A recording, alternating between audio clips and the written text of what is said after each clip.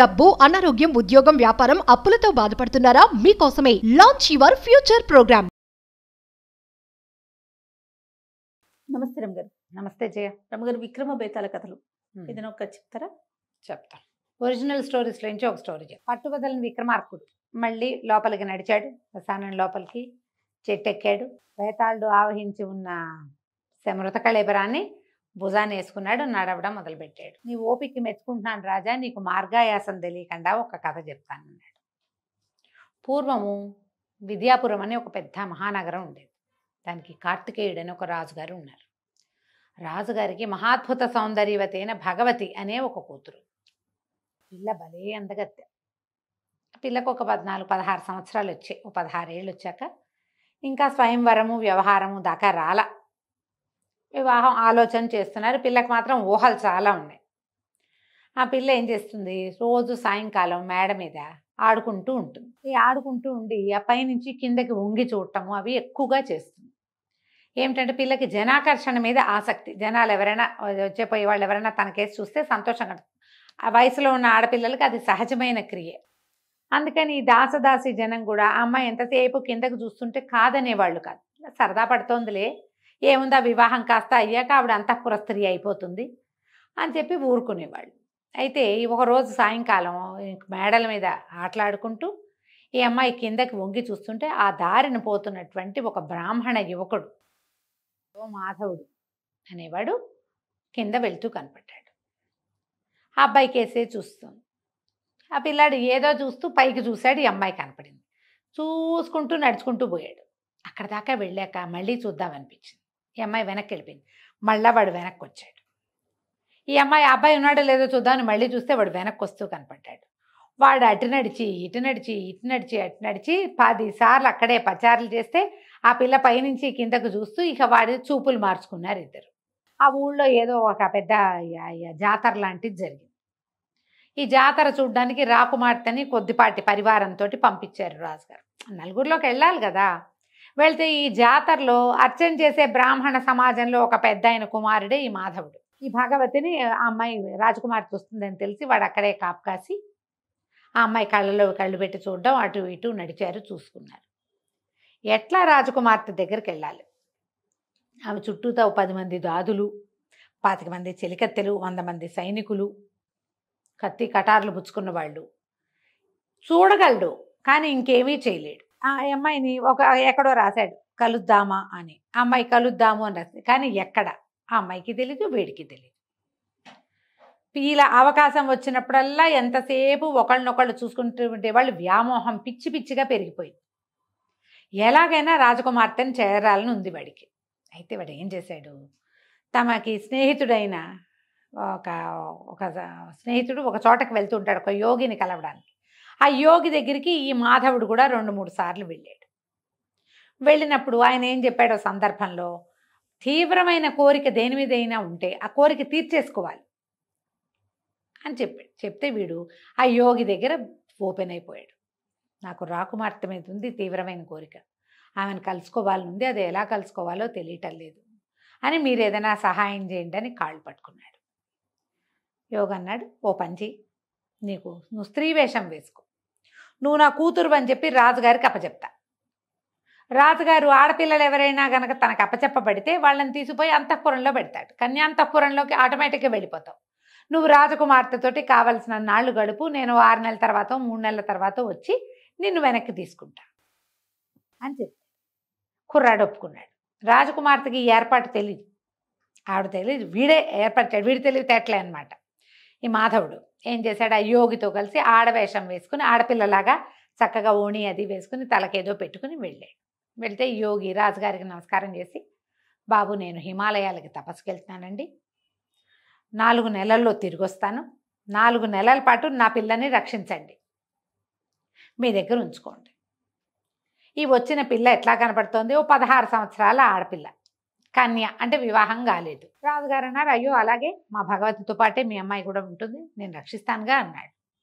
మాధవి అని పేరు పెట్టి ఈ మాధవుణ్ణి అంతఃపురంలోకి ప్రవేశపెట్టారు. వీడు లోపలికి వెళ్ళాక ఈ మిగిలిన ఆడవాళ్ళకి ఎవరికీ తెలియకుండా ఒకనాటి రాత్రి తన స్వరూపం చూపించేశాడు యువరాణికి.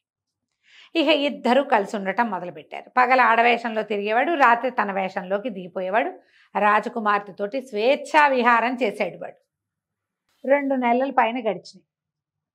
ఇంతలో ఏమైంది, ఈ రాజుగారికి మంత్రి గారు ఉన్నారు కదా, మంత్రులు ఉంటారు ప్రతి రాజ్యంలో. మంత్రి గారి కుమారుడు గుణశర్మ. ఆ గుణశర్మ మహాద్భుతంగా చదువుకున్నాడు, శాస్త్ర విద్యలన్నీ అయినాయి. మామూలు తెలివి కాదు. రాజుగారికి ఒక మంత్రాంగంలో హెల్ప్ చేశాడు. అయితే రాజుగారికి నీకు ఏదైనా నాకు కావాల్సింది అడగబోయి, రేపొద్దున నువ్వే మంత్రి అనుకో, నీకేం కావాలంటే అది ఇస్తానన్నాడు. అనగానే నాకు ఎప్పటి నుంచో రాజకుమార్తెని వివాహం చేసుకోవాలని, రాజకుమార్తెనిచ్చి నాకు పెళ్లి చేయండి అన్నాడు గుణశర్మ. అనేసరికి రాజుగారు తెల్లబోయి, అలా ఎలాగోయ్, రేపు నువ్వు మంత్రివి కాబోతావు, పైగా నువ్వు బ్రాహ్మణుడివి, క్షత్రియ కన్యను ఎట్లా వివాహం చేసుకుంటావు, అయితే నాకు ఏ కన్య అయినా పర్వాలేదన్నాడు. అయితే మా అమ్మాయి లాంటి అద్భుత సౌందర్యవతి ఇంకొక పిల్ల ఉంది, ఆ పిల్లనిచ్చి నీకు పెళ్లి చేస్తా, నువ్వు ఇది అడిగావు, కన్యాదానం అడిగావు, నా దగ్గర ఇంకో కన్య ఉంది, ఆ కన్యనిచ్చి దానం చేస్తానన్నాడు. అనేసరికల్లా కొద్దిగా పెద్దగా మంత్రి గారి అబ్బాయికి నచ్చలేదు, కానీ సరే ఆ పిల్లని చూశాడు. చూసేసరికల్లా అది యువరాణి కంటే అదే బాగుంది, ఆ రెండో పిల్లే. సరే ఆ పిల్లని పెళ్లి చేసుకుంటానన్నాడు. ఇంకేముంది, మాధవునిచ్చి గుణశర్మకి పెళ్లి చేశారు. ఈ మాధవి వేషంలో ఉన్న మాధవుడు, అయ్య బాబాయ్ నా గుట్టు బయటపడుతుందిగా రేపొద్దున, భర్త దగ్గరికి వెళ్తే తెలిసిపోదు మగవాడని.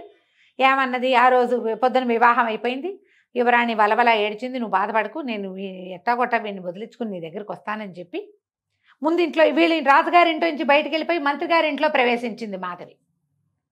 మంత్రి గారింటికి వెళ్ళిపోతున్న వివాహం అయింది. పునఃసంధానం ఏర్పరిచినప్పుడు ఏం చెప్పింది, బాబు మంత్రి గారి అబ్బాయితోటి, కాదండి నాకు ఒక రకమైన చర్మవ్యాధి వచ్చింది, ఇది చాలా సమస్య, మా తండ్రి దీనికోసమే తపస్సు చేయడానికి హిమాలయాలకు వెళ్ళాడు, అన్ని పుణ్యనదుల తీర్థాలు నా మీద చల్లితే నాకు అది పోతుంది, దీనికి ఒక 2-3 నెలల పాటు మీరు అన్ని నదులకి వెళ్ళి స్వయంగా నీళ్లు తెచ్చిపోయండి నా మీద, ఈ లోపల యోగి వచ్చేస్తాడు, వీడి ఆలోచన అది అని చెప్పేసరికి, సరే నువ్వు మా అమ్మ నాన్న దగ్గరే ఉండు, నేను అన్ని నదుల్లోంచి నీళ్లు పట్టుకొస్తానని గుణశర్మ ఈ భార్యని ఇక్కడ దిగబెడిచి తండ్రి గారి దగ్గర వెళ్ళిపోయాడు. ఇప్పుడు మంత్రి గారి కోడలు రాజుగారి అమ్మాయిని కలుసుకోవడానికి వీల్లేదు.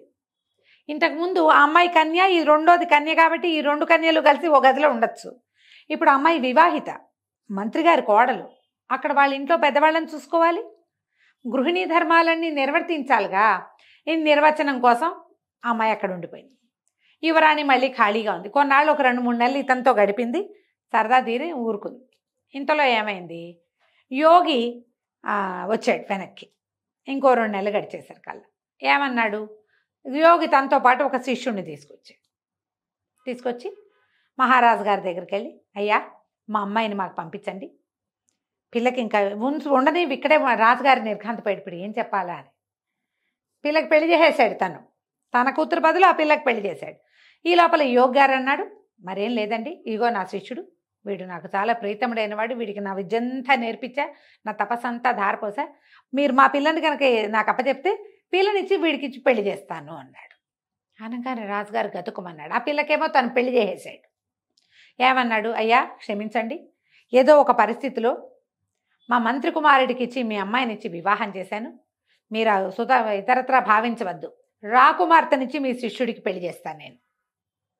ఇప్పుడు నేను మాట తప్పే పరిస్థితి వచ్చింది, ఇంకో దారి లేదు, కాబట్టి ఇక తప్పనిసరి అయినా సరే మీకు ఇచ్చి మీ శిష్యుడికి ఇచ్చి వివాహం చేస్తానని పొద్దున్నే పెళ్లి చేసేసాడు. అన్ని తొందరైనా పెళ్ళైపోయింది. పెళ్ళైపోగానే ఈ లోపల అందరికీ తెలిసింది రాకుమార్తె పెళ్ళైపోయిందో అని. అయిపోగానే మంత్రి గారింట్లో కూడా తెలిసిపోయింది. మంత్రి గారింట్లో కోడలి వేషంలో ఉన్న మాధవుడు లబో దిబోమని పరిగెత్తుకుంటూ వచ్చేసాడు. రాకుమార్తెకి పెళ్ళి ఎలా చేస్తారు, నేను ఆమెను ప్రేమించాను, నేను ఆమెతో గడిపాను, ఆమె నాతో గడిపింది, ఈ పెళ్లి చెల్లదు, ఈ పిల్ల నాది అన్నాడు. రాజుగారి నెత్తి మీద చేతులు పెట్టుకుని కూర్చున్నారు. ఇక్కడ దాకా చెప్పాడు పేతాళ్ళు. ఇప్పుడు చెప్పు, రాకుమార్తె ఎవరికి చెందుతుంది, మాధవి స్వరూపంలో ఉన్న మాధవుడికా, యోగి గారి శిష్యుడికా అనేసరికి విక్రమార్కుడు అన్నాడు, అమ్మాయితో నువ్వు ఎలా గడిపావనేది కాదు, శాస్త్రవిహితంగా వివాహం జరిగిందా లేదా అనేదే ముఖ్యం. అమ్మాయిని తండ్రి కనుక కన్యాదానం చేస్తే ఆ పెళ్ళే చెల్లుతుంది. అమ్మాయితోటి దొంగతనంగా వాడు ఎక్కడో ఏదో చేస్తే దాన్ని పెళ్ళి అనడానికి వీల్లేదు. గాంధర్వ విధిని వివాహం చేసుకుంటే వేరే కథ, ఇది వివాహం జరగల, ఇవి నాతో గడిపింది అంటున్నాడు. కాబట్టి అది చెల్లదు. యోగ్ గారి కొడుకే అల్లుడు, యోగ్ గారి శిష్యుడే రాజుగారి అల్లుడు, మాధవుడిని తన్ని తగిలేయటమే అని చెప్పాడు. కథ కంచికి మనం ఇంటికి. ఇది వినంగానే బేతాళుడు భలే సరిగ్గా సమాధానం చెప్పావు.